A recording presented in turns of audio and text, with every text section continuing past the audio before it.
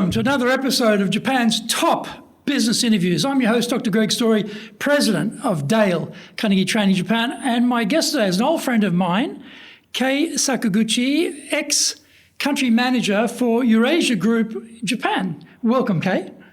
Good morning, and thank you. Yeah, so Kei, you've done amazing things in your career. You've had a really star-studded career, and we'll get to all of that. But just take us back to, I know you started with Sony. You had some amazing experiences at Sony. Just sort of tell us a little bit about your background, and then we'll get into some details on leadership. Sure, my pleasure. But can I spend an hour on that? I wish. Maybe we need a separate show on the Sony story, right? Which would by itself be incredibly interesting. But please. Okay, spare me 3-4 minutes then. First of all, my mother was a devout Catholic. She wanted me to be educated in Catholic environment. So I attended Catholic elementary school and high schools. And under that environment, it was very natural to me to be exposed to foreign teachers, foreign priests, foreign cultures. So was this in the Jesuit order of Catholicism? Well, elementary school, not Jesuit, but high school was Jesuit one in Kamakura City. Right. But anyways, through my Catholic education, it was very natural to me to be exposed to diverse nationalities, cultures, thinking. Diversity has been always close to my heart in the early part of my youth. So it was quite natural for me to start to think that I would like to work for global organization, global market in the future. And during my college days, one day I picked up Japanese business magazine featuring a very well-known Japanese business figure on a cover story. And the businessman picked up by that cover story was Mr. Akio Morita, legendary co-founder and CEO of Sony Corporation. And I read the cover story.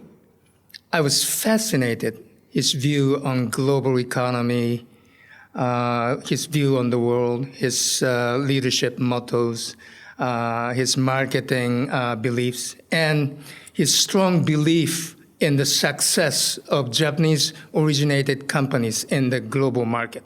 So after reading it, I was totally fascinated and almost instantaneously decided that Sony is the organization I would work for. So when you're at college, which university were you at? I went to Keio. Keio? Yeah. And were you doing business at Keio or something else there? My major was law. Law, okay, So right. my initial position at Sony was a member of their legal division. Then on to speech writer for Akio Morita. How did you become the speech writer for Mr. Morita, who's an absolute legend? Right. How does that happen? Well, this is interesting. He is the guy who cares less about the ranks, age, and background of his employees. And he searched through the HR files, and for some reason, he spotted me as a potential person to serve him as one of his speechwriters. So, of course, I'm not the sole speechwriter. I work as a team. But that type of approach what in Japan is usually in big corporations very hierarchical, and you have to be at a certain age and stage before you can have this type of role.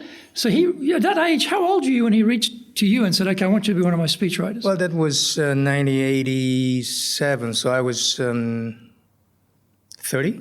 So relatively young in a yes, Japanese corporate right. environment to have such a high, prestigious position. And that's the sole point about the greatness of Akio Morita. He cared less about the ranks, age, background. And when he would like to learn something, what he was trying to do was to ask around, who is the subject matter expert? Who knows the best on this particular subject? And he got the information, and then he goes to that person, he or she, directly, and engage in direct communication with that person to get information he wanted. So your boss in the law division must have been quite taken aback. Oh my God, I'm losing Kei. He's been just grabbed by Mr. Morita to go into the speech. It's been a Sony culture for many years. So any boss took it for granted. Oh, Morita-san did the same thing again, something like that. Okay, right. And so you worked with him for how long? My precious experience as a speechwriter and executive assistant of A. Morita was for about 4 or 5 years. Mm-hmm. That was the highlight of my experience within Sony.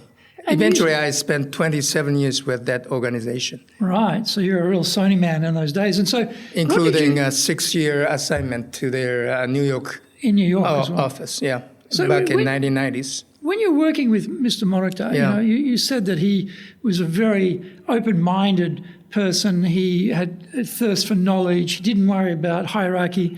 What other attributes did you notice about the way he led the team, led people? Because it's a huge organization. At this time, how many people are working in Sony? It must be huge.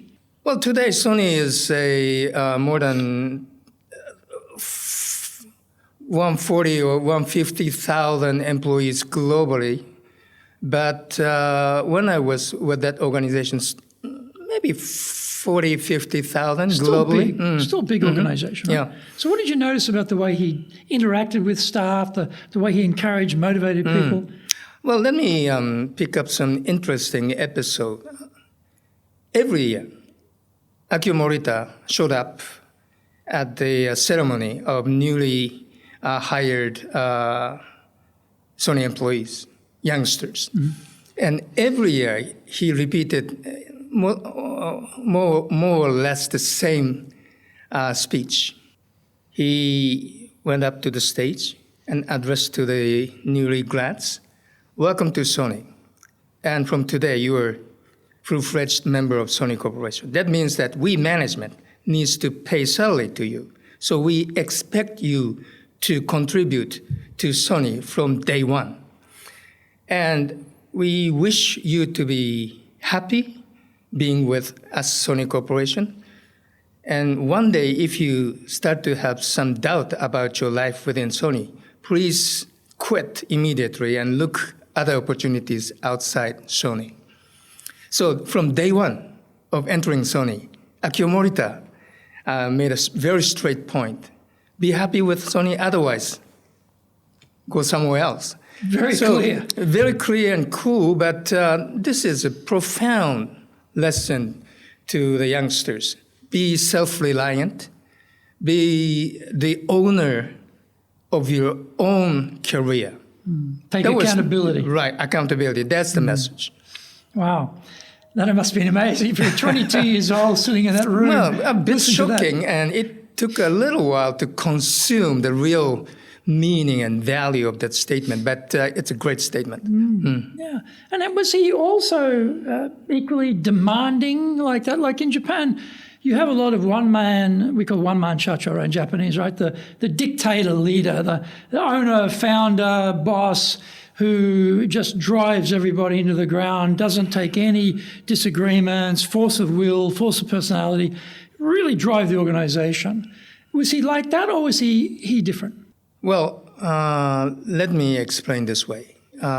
He's a passionate believer and communicator of Sony Vision. Sony Vision was to do something new that nobody ever have done in the world, and to enrich people's lives by offering innovative consumer electronic products. He constantly conveyed that vision message, mission message to the employees, and he is committed to achieve results in accordance with those missions and visions. And as long as the outcome is achieved, he doesn't care what process that outcome to achieve that outcome. So he was very results-oriented person, careless about the method, the procedures in the process of getting to that outcome. But he was very demanding as to the quality of the outcome. So for employees, the team members, it was very easy to understand what he is demanding and what we need to deliver.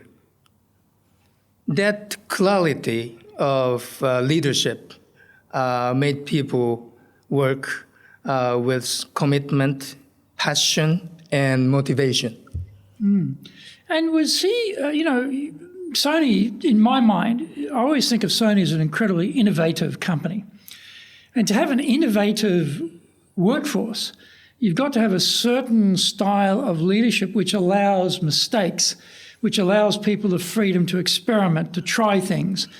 Was that the environment that he created in the company? Yeah. Because of Akio Morita's characteristics, it's Sony's DNA to allow people challenge new things freely and allow people to make mistakes, failure. It's been woven into Sony's DNA that failure is the mother of success, and also failure as a result of trying new things is good. Failure with no new action is bad. So established procedures need to be done correctly. Creating new procedures, there's flexibility, right? Be innovative. Be a guy with out-of-the-box thinking. Those are the things Akio Morita and his leadership team constantly encouraged people to tackle on. Well, that's the point too, because, when you're the top of the organization, you can have a view. And as a training company, we see this all the time. We go into companies and on the wall, they've got the beautifully mounted vision, mission, value statement, all beautiful there. And I take it off the wall, I turn it around, I put it against the wall. So I ask the 30 people in the class, what's the vision of your company? Silence. What's the mission? Silence. They usually have 5 values. Collectively, 30 people, the most they ever come up with is about 3 of the 5 values.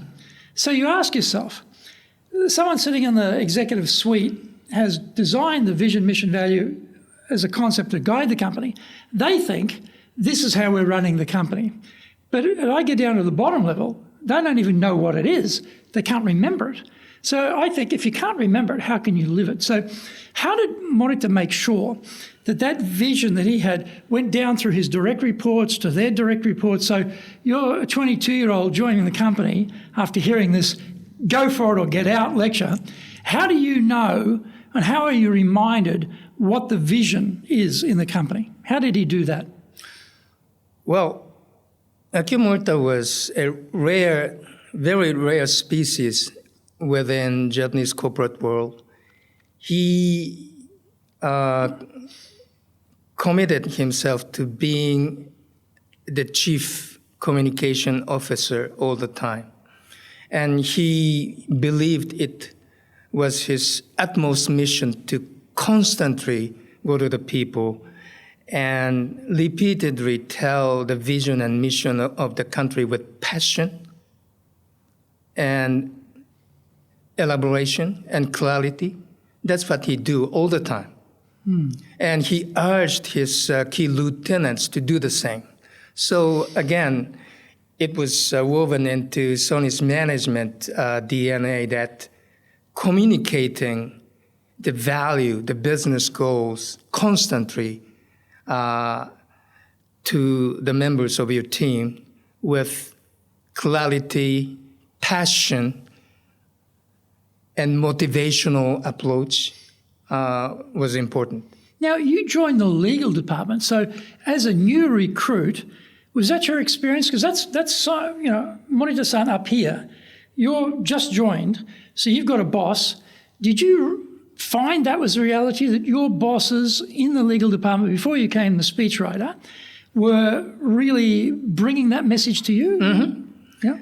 Whenever we young guys try to get some advice about how to execute a certain line of business from the immediate managers or division boss, they always refer to fundamental missions and visions and Morita-san's thinking. So everyone has clear ideas about which direction Morita-san would like to steer the company. And in order to meet that expectation, what sort of leadership they should use to lead the youngsters. So it sounds also like, from his first speech, day one, that basically he's saying to people, non-performance is not acceptable in Sony. And if you can't perform here, then you should go. And was that the case? The people who, for whatever reason, couldn't perform were removed, or were they given other assignments in some other section? How do you deal with non-performance? Non-performance is a little complicated thing. Someone couldn't meet the performance goal due to miserable self-inflicted failures. But someone couldn't meet the target because he tried something new, something innovative, and as a result, he failed. But Sony regard those failures as sort of a constructive failure. That's okay. Simple mistakes, failure based on poor judgment, these are not intolerable, but failure based on a clear commitment to do something new and based on meticulous study beforehand were generously recognized as a positive act and constructive failure, if I may call it. So you spent 27 years inside Sony, and including, was it 6 years in New York, was it?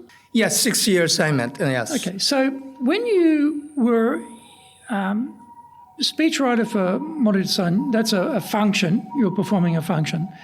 So at some point, I guess you're leading teams after that. What did you do after your speechwriter? You got some other assignments? Well, before I left Sony to join Coca-Cola in 2007, my position was general manager of global PR. So I managed 30, 40 PL teams globally to carry out, to maintain Sony's messaging under unified themes globally. Right. So you had the experience of leading teams in Japan, and then you had, I guess, the experience of leading foreigners as well, either in New York directly or whatever. So you've got that dual experience of leading in a Japanese context and leading in a foreign Western context, I guess. So what do you see were the major differences between leading a Japanese team and leading a non-Japanese team? Well, again, I was lucky to be a part of Sony organization, that very unique organization, global company originated in Japan. So Japanese employees of Sony had the general trait that they are more positive for challenging something new rather than trying to be staying in the same manner to maintain status quo, stability. But still, as a general trait of Japanese employees, they are risk-averse somewhat. So it is always important in the Japanese environment to encourage your people to challenge something new in a new method and try to convince them, don't afraid of making mistakes, don't afraid to fail. So were the foreigners less afraid to fail? They were, in that sense, they Well, were prepared to take Americans, risk, higher risk. Americans, Europeans. Well, I hate to make a bold generalization, but as a matter of comparative speaking, they are more well trained to take risks than regular Japanese young employees of any organization. And what about, in terms of when you're working in the headquarters, you're working directly with Mr. Morita, you're getting the Morita vibe very strongly, right? So the loyalty, But I'm just running for Europeans, for Americans, they're that much further away. Are they more like, in a way, professionals of a career, and they happen to be with Sony for this moment, as opposed to Japan, where it's a lifelong commitment, basically, for most people to the company? So did you find it was difficult to motivate foreigners who didn't have that same view that I'm going to be here forever, whereas they're thinking, oh, this is a step in my career? And in fact, in Western companies, if you stay in the one company for the whole time, people think, what's wrong with you? Aren't you capable of doing something different or bigger? So how do you balance that Japanese idea of longevity and loyalty and progression with that sort of Western concept of, well, I'm here, not that gig economy is the wrong way of expressing it, but it's more of a shorter time frame, I guess, perhaps. Well, Mr. Morita never pressed lifetime employment. As his speech to newly hired employees clearly shows, he didn't push lifetime service for Sony. He was happy to see someone left Sony and thrive outside Sony, because, again, he urges employees to be the owner of his or her own career decision. So if someone's career decision was to leave Sony and to do something else outside Sony for further development, and as a result, he or she succeeded in that way, Mr. Morita applauded. And was that your own case too, when you decided to go to Coke? Was he already retired by then? I shifted to Coke in 2007, and unfortunately, Mr. Morita passed away in 1999. Okay, so after suffered from rehabilitation from the stroke. Right. Okay. All right. So anyway, we're back to guiding Americans and Europeans. You've got different mentality. How did you motivate those guys, but keep them locked into the Sony vision? Well, how to motivate workforce, I think, is a universal thing. And the most effective way is that leaders go to his team members directly and quite often and engage in two-way communication with them with passion to talk about vision and business goals, long-term and short-term. And if he or she in your team is passionate and engaged because of the mission or the goals you present to them, that's the most important element for them to stay with the organization with high level of commitment and motivation. Real engagement happens there. So as long as the leaders are adamant to and committed to speak and engage themselves in two-way communications for creating real value, that automatically leads to higher level of engagement within your team and eventually served as a great method for retention and great motivation for achieving goals together. If you want to be successful as a leader, do the Leadership Training for Managers course. All companies need people who can both manage and lead. Leading people screams out for real skills in communication, dealing with all different types of people, being excellent at innovation, planning, delegation, handling mistakes, doing performance reviews really well, and inspiring and motivating the team. Do the Leadership Training for Managers course now in either Japanese or English.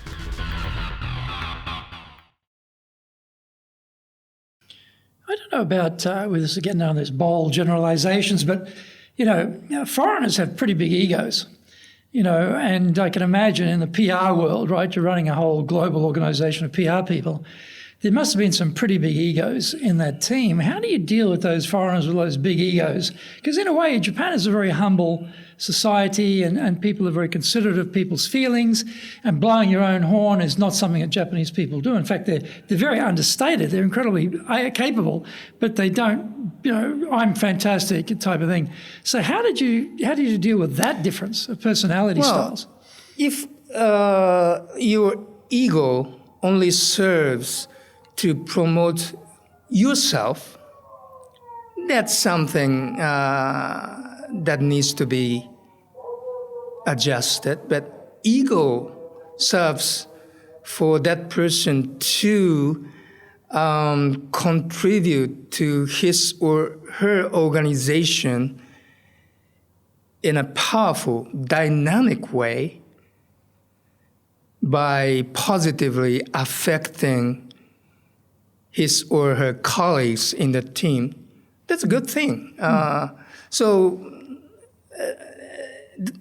The image from the word ego is generally very bad, but ego for your own promotion is bad. But ego to stand out to lead the team for promotion of the team's business goals would be somewhat appreciated as the strong, in a sense, a leadership, a sort of.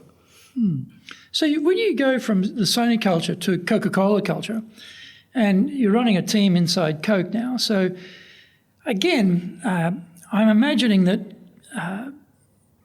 there are some similarities, but also some maybe differences in the culture. How did you have to adjust to the Coca-Cola environment as a leader? Or did you need to adjust? Coke is yet another global giant and great global company originated from the United States. And at Sony, there was not much management manuals to abide by. But Coke, on the one hand, encouraged leaders, managers to motivate their team members in a positive manner based on Coke values, Coke visions, and Coke missions communications. But at the same time, there are many management manuals. So interestingly, you may say that it's typical among many Japanese companies to utilize manuals for management. But in my experience with Sony and Coke, Sony is a no manual company. Yeah, that is really amazing because, yes, Japanese companies are very manualized. They get the procedures, they record how the procedures should be done. It's very clear. Leaders expect their team members to go through certain prescribed processes, procedures to achieve goals, right? So here you join an American company, which has quite taken the Japanese system to heart, really, in a way, and more Japanese in a way than perhaps the Morita-san was running Sony. So what other sort of leadership challenges did you find when you were at Coke in terms of different team, different product, different industry?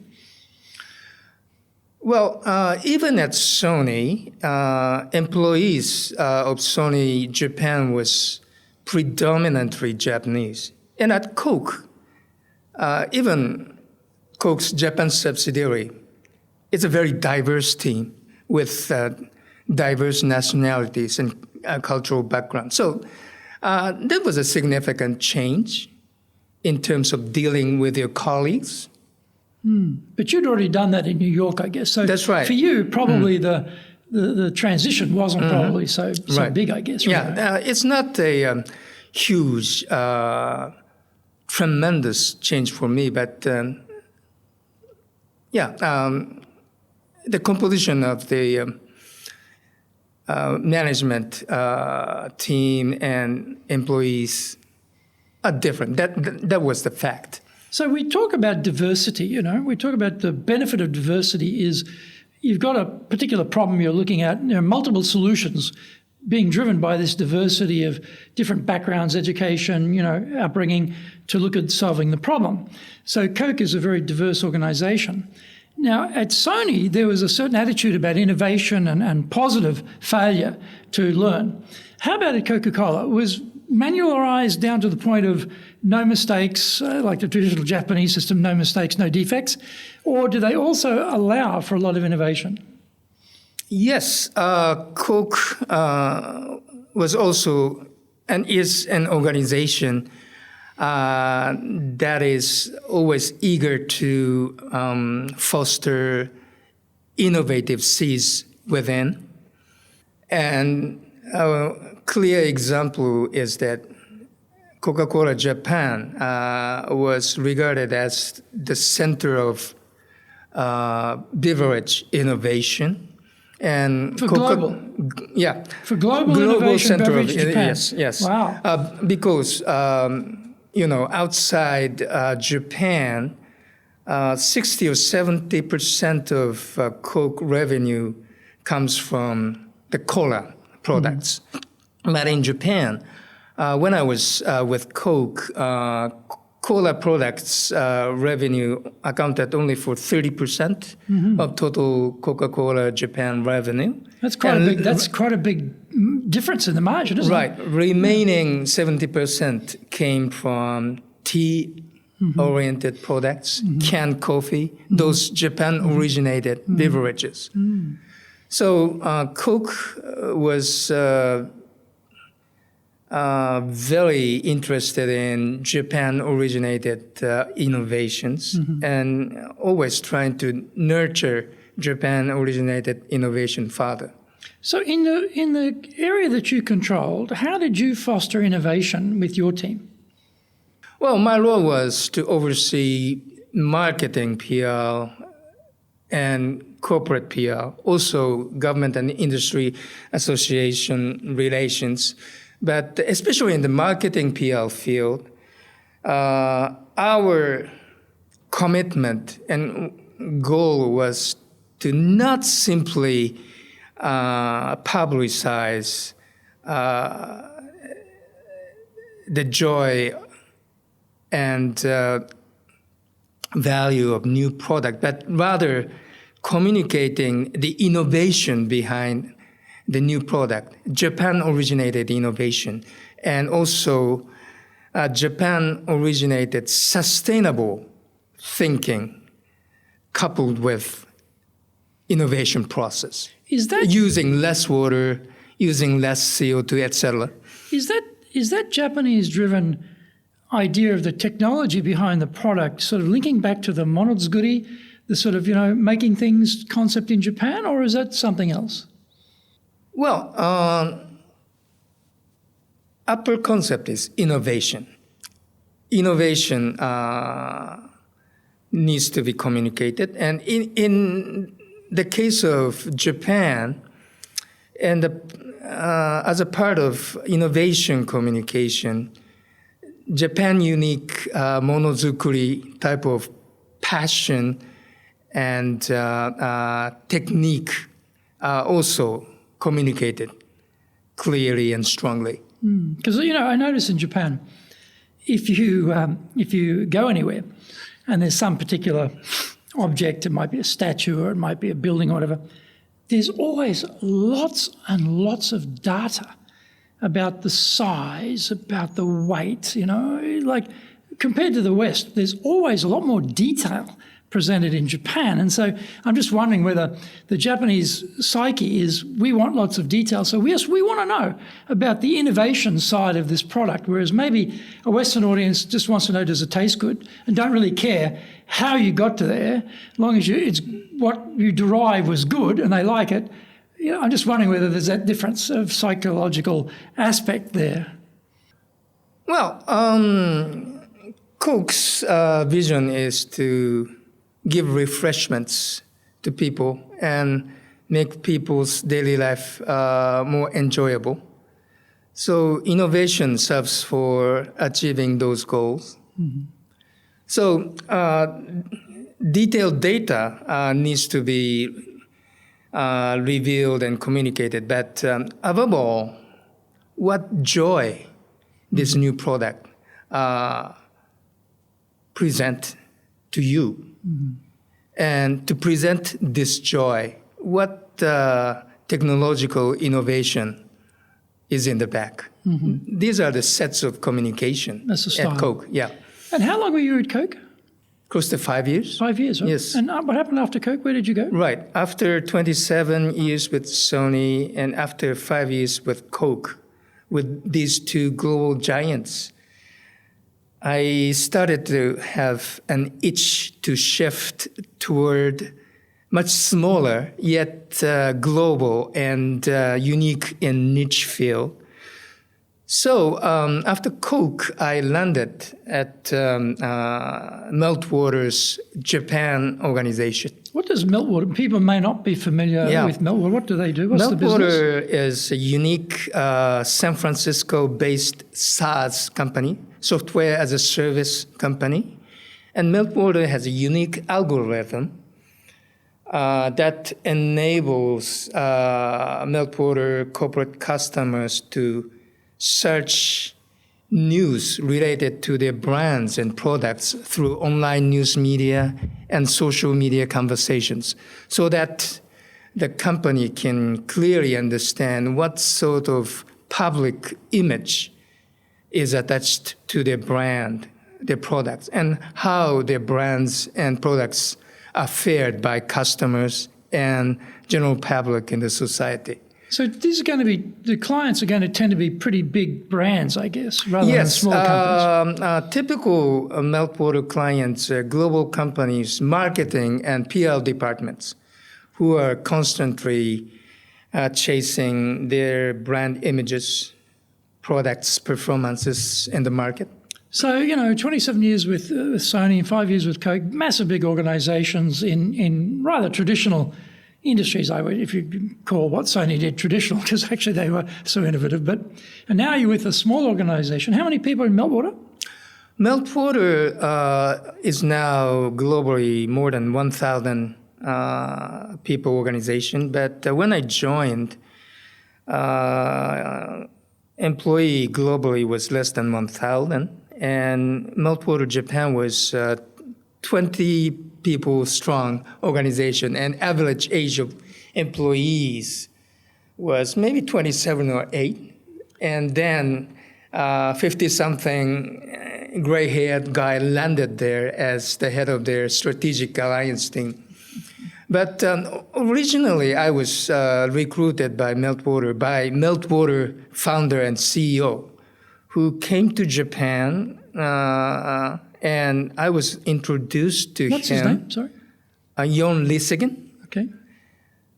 He now retired from the CEO, but still he is the founder and advisor and evangelist of Meltwater culture.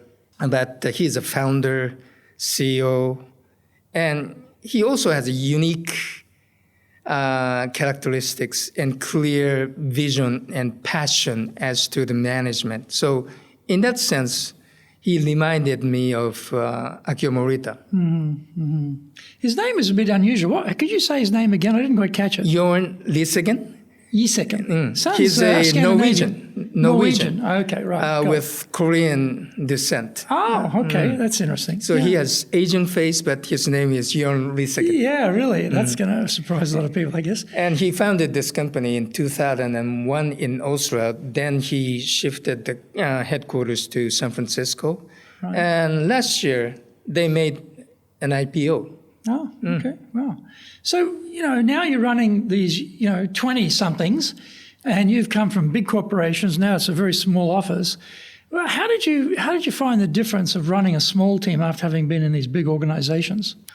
Well, from the very beginning, from day one with Meltwater Japan, I committed myself to downloading my long-standing corporate experiences to youngsters, how Japanese big corporations are running, and how Japanese managers are trying to lead the companies, so that youngsters at Meltwater can have a better sense how to approach potential Japanese big company clients. Mm-hmm.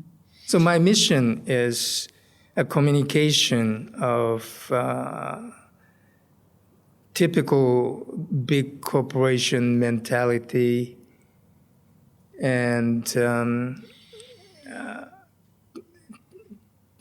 guide them how best to sell Meltwater value to big Japanese corporations. So again, coming in, as you say, you're the grey-haired senior Japanese executive to run this sort of, I guess, upstart, rule-breaking, innovating, disrupting new company.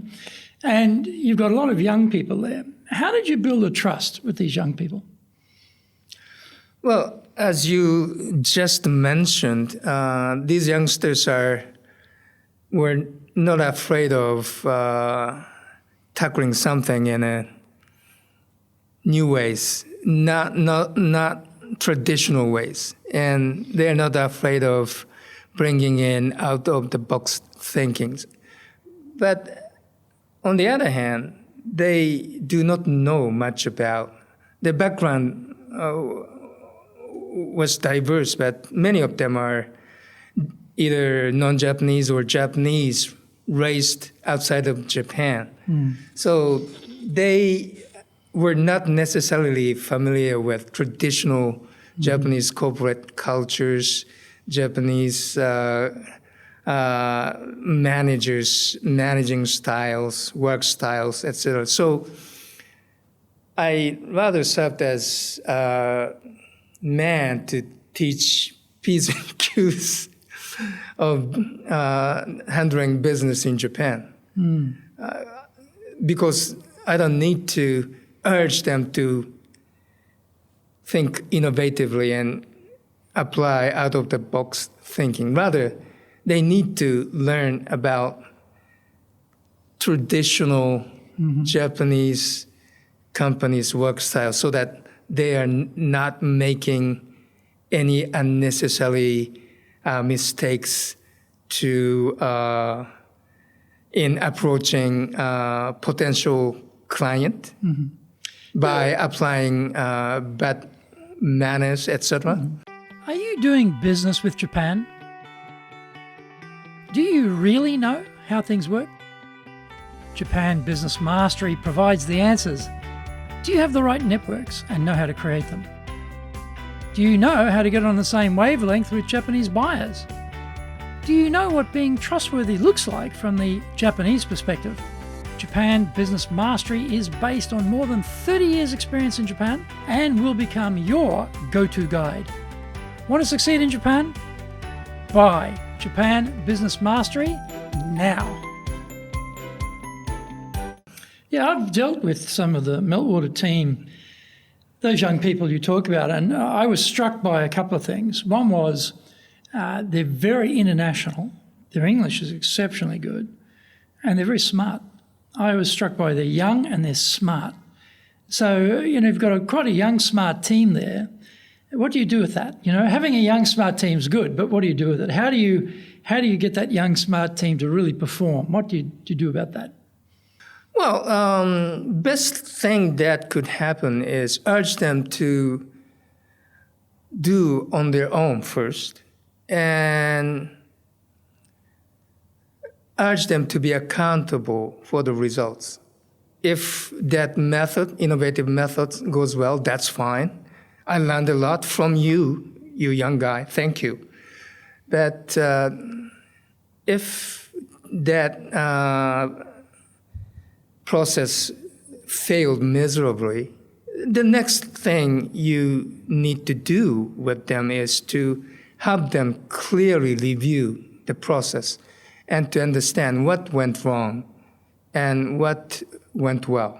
And as to the points about that went wrong, what's your own idea to overcome those failures? So urge them to be accountable for all results. And if the results was a miserable failure, then urge them to think how better they can do next time. There's quite a big generation gap. I mean, we talk about millennials or, after millennials, what is Generation Z or Z or what it is. How did you find that? Because you're in the sort of 50s, they're in the 20s.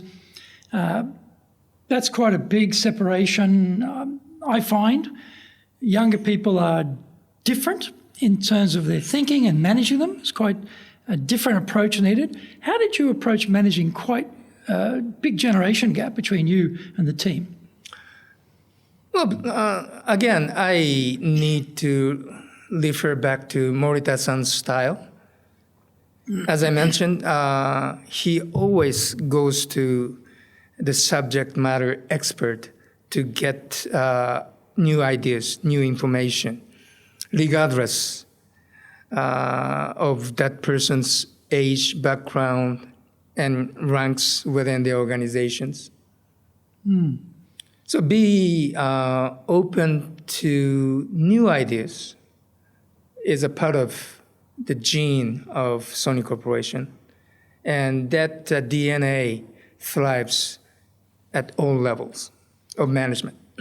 And, in your role at Meltwater, you're talking about the type of companies who are targets. You belong to Keio University, which has got a massive alumni association. You belong to the Sony alumni, I guess, the Coca-Cola alumni. So you must have had a massive potential network there to help bring Meltwater to those companies. Was that something that you were able to utilise and that worked for you? Yes, absolutely, yeah. And so for these young people, I guess that would have been tremendous because their capacity in their 20s to get access to big corporations would have been almost impossible, I imagine. Yeah, those youngsters, as I mentioned, smart, international, global, very innovative thinkers. But for most of them, Meltwater is the starting point of their professional careers.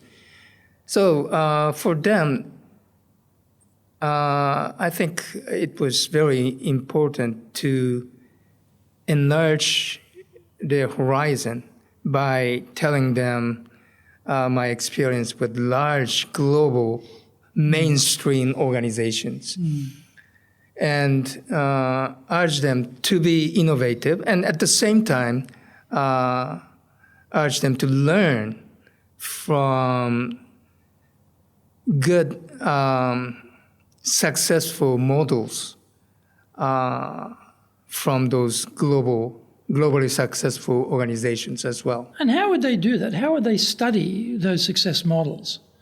I urge them to, nowadays, research is very easy. Google, right? Yes, Google. And direct communication with them and downloading my own experience. Sometimes I brought in my old friend to have him or her tell our young people their experiences at their respective global organizations. Okay, oh, great.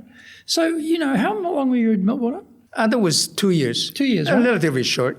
And then you joined... after 2 years with this Eurasia very Group. interesting, unique, vibrant, unique, yet small organization of meltwater, I was headhunted by Eurasia Group. Mm-hmm. Eurasia Group is a small New York-based consulting firm focusing on advising global companies on the potential risk of geopolitics on their global business. This company was founded by political scientist Ian Bremmer back in 1998. They are advising more than 400 companies around the globe on potential political risks they should factor in when they do business globally. So this is, an amazing switch, right, from SAS.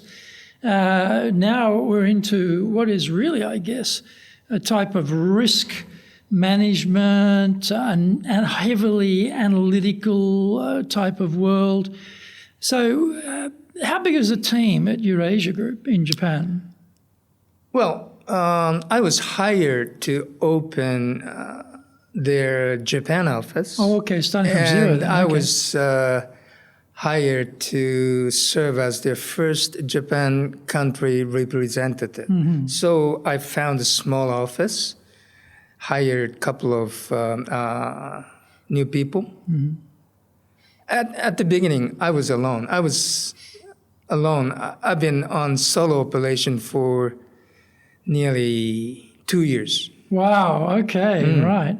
That's a huge amount of responsibility because the type of analysis that's required, that type of analytical process is quite time-consuming.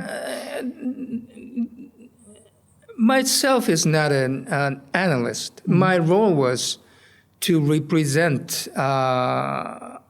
Eurasia Group to existing corporate clients and to develop new clients and to develop a new thought leadership initiative here in Japan to raise the recognition of Eurasia Group and also raise the recognition as to the value of reports Eurasia Group are producing for global companies, global operations. So it's more a business promotion That's role. right. Okay, right. And the people you're hiring, I guess, are they the people you're hiring are analysts or? That was a plan to hire analysts stationed in Japan to cover Japanese politics or South Asian, East Asian politics, like Korean situation. But during my tenure, we didn't get to that point. Oh, okay. We hired business-oriented personnel. So more the sales promotion. Sales, business development right. type of people. Right. So if you think about, all the things that you've done, and you've been in some amazing companies and incredible businesses, and you sort of put all that together, what are some sort of key lessons about leadership which you've learnt from all of those experiences? Well, I talked a lot positive things about Sony, but generally speaking, still many Japanese giants, mainstream Japanese corporations have a set of management and leadership challenges. And for me, there are 3 key points to tell to further enhance the quality of Japanese leadership. First, I would like to urge all levels of Japanese organizational leaders, company leaders, to commit themselves as communication officers. I would like to urge them to be an avid, proactive communicator of organizations' vision, mission, and goals, both long-term and short-term, on a constant basis. So how, if that's what you want them to do, Yes. how would you characterize what they do now then? Well, I think typical priorities for Japanese leaders are to execute business in a predictable and stable manner. And in order to make that happen, the values they think much of are something like this: to keep organizations harmony, to make his or her team members to abide by rules, to make their team members to do things through certain procedures or certain processes. And through the management and leadership based on those values, you can expect steady and solid growth. And you may be able to avoid dynamic failures.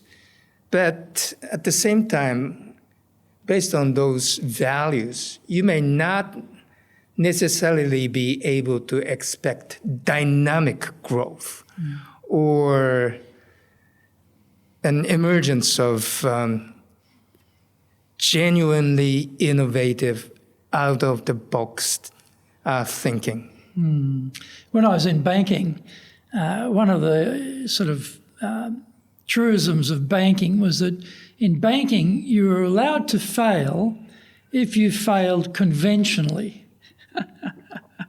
Trying something new and failing wasn't thought to be a good idea. So it sounds a bit similar to that way of thinking. Mm-hmm. What are some other things you'd say, apart from that very strong emphasis on personal communication or the messaging from the leadership? What other things do you think leaders should be concentrating on? Secondly, your leadership style should be based on encouragement.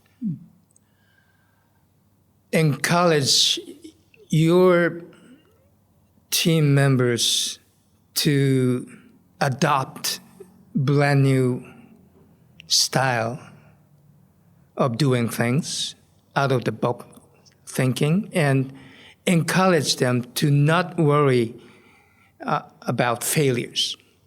As I use the term constructive failure, make sure that constructive failure as a result of doing something new is good. No failure as a result of no new action is bad. To make sure that this is the fundamental norm in your organization so that you can urge your people to be proactive, be not afraid of bring up new ideas. Mm-hmm. Mm-hmm. So what's the opposite of what's actually happening? That this is what we should be doing. What's actually going on in that sense? It's still, things are progressing, of course, throughout the Japanese corporate world, but still, even within mainstream, large, global Japanese companies, evaluation of employees are still not based on genuine merit system. Rather, PL managers or managers using quite much of their energy to pick up failures and mistakes of his people. Mm-hmm. Of course, they pick up achievements, but at the same time, they make sure not to miss any failures and mistakes of their people. So as a result, because of this not genuinely merit-based evaluation, team members tend to be conservative and tend to be risk averse. So this risk averse mentality is the biggest enemy to transform your organization in a dynamic and positive manner. So if we were going to give some advice, or if you were going to give some advice to someone who is sent to Japan, that maybe they just arrived or they're coming, and they're going to be running the Japanese operation, right? What would be some advice you'd give them on how to be successful doing that? We covered the subject of diversity, especially in the area of gender diversity. A huge level of improvement necessary. Not improvement, total change necessary in Japan. There are many well-educated, highly motivated female talents here. It's at least kept secret that Japanese women are excellent. But many of them disappointed because of the glass ceiling or because of very lukewarm manner of Japanese leaders to invest more into female talents. Still, Japanese companies are afraid of their good female talent quit after marriage or after becoming pregnant. But in the meantime, they are lazy to create new employment system that could encourage good female talent to return after pregnancy, so that good women's talents long-term commitment to the organization possible. But still, many companies are lacking this type of proactive actions. So naturally, many good female talents opt for global companies outside Japan or global company affiliates here in Japan. So for foreign managers landed Japan anew, it's good news because there's a pool of good women waiting to see great opportunities for their career with non-Japanese companies. That's a good point because often, parents with their sons think you should join a brand name Japanese company for life and that'd be a good thing. Joining a foreign company, not so keen about that. And so in a way, girls, I think, have more freedom. The expectations are not as strict as, say, on boys. And so there's probably, as you say, if you can look for your talent to come from within the female group, you're not competing so much with domestic Japanese big players who've got the brand name for talent. There's as you say, an untapped pool there. What would be some other advice you give someone new coming to Japan for the first time? Again,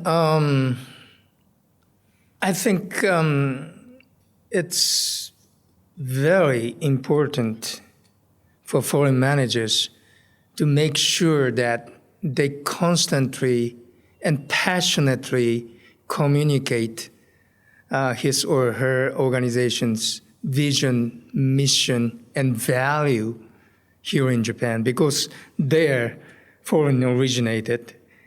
And it's always important that you repeatedly transfer those foreign originated mission, visions, or values to local hires. And how can they do that? What should they do to make sure that happens? Well, it's a two-way process. Team members should be given opportunities to ask questions for deepening their understanding. So foreign managers should seriously consider setting aside ample time to engage in one-on-one with his or her key local employees, and also set aside some time to do periodic communication to the entire team. It could be a internal video messaging, or it could be a general address to entire employees at some corporate events, but make it on a regular basis with passion and clarity. And at the same time, also, he or she should clearly communicate the appreciation of your team members' contributions, engagement, and at the same time, they should seriously consider, constantly recognize key contributions and achievement of his or her team here. I guess that's the starting point of the significant engagement. Yeah, I guess for a lot of leaders, they're very driven themselves, and so they expect others to be equally driven. So it's like tari mai. It's expected that, of course, you're going to work hard, going to do more, and I don't need to praise or encourage you. That's your job, Get to it. So, yes, that's a very atypical thing in Japan, right. I'd say. And I think many companies are doing many internal surveys, employee satisfaction surveys, employee loyalty surveys, employee engagement surveys, etc. Well, employee satisfaction may be high if you offer good level of salary and benefits. And employee loyalty may be gauged to learn average years of service in your organization. But engagement is a bit of a complicated thing. Engagement is the result of two-way communication between leaders, management, and the team members to jointly understand the vision, value, and business goals and missions. And as a result of this mutual understanding and commitment to those things, real engagement for achieving the business goals could happen. Kei, we've talked about a lot of different things today. Is there anything I should have asked you about leadership today which I didn't ask? Leadership in general. Well, leadership in Japan, Leadership in Japan. Anything I should have asked you about leadership in Japan which I haven't? Well, I think I need to repeat some part of my previous comments. Again, for typical Japanese leaders, important thing is to make things predictable and stable.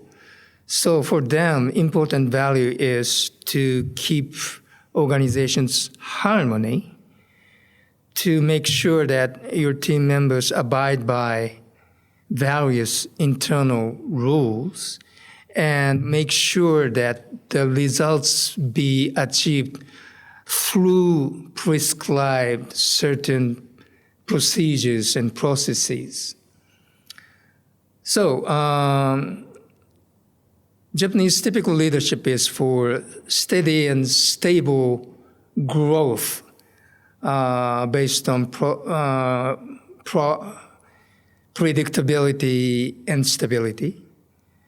And the necessary change for Japanese leadership is to urge more individual initiatives from your team members, abolishment of risk-averse mentality of your team members, and to adopt dynamic and bold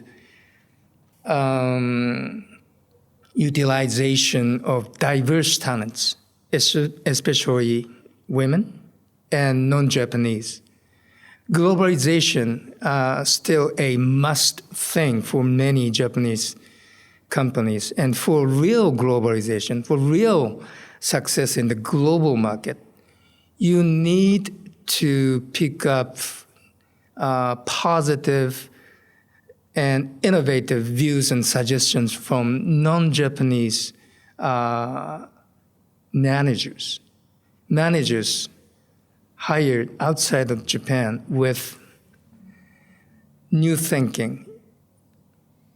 Yeah, exactly. Well, it's been a fabulous discussion about Morita-san and Coke and Meltwater and, Eurasia Group, etc. Your many facets of your career. So thank you very much. Yeah, my first 30-some years of professional experience was with global giants, with Sony and Coke. That was the first stage. And second stage was with a small but globally unique and niche company with Meltwater and Eurasia Group. And I think I was lucky to be able to go through these two different stages, global giants and unique global niche companies. Well, thank you very much. I'll give you a COVID-19 distance handshake. Virtual handshake. Elbow. And maybe hug. Yeah, well, maybe no hugging.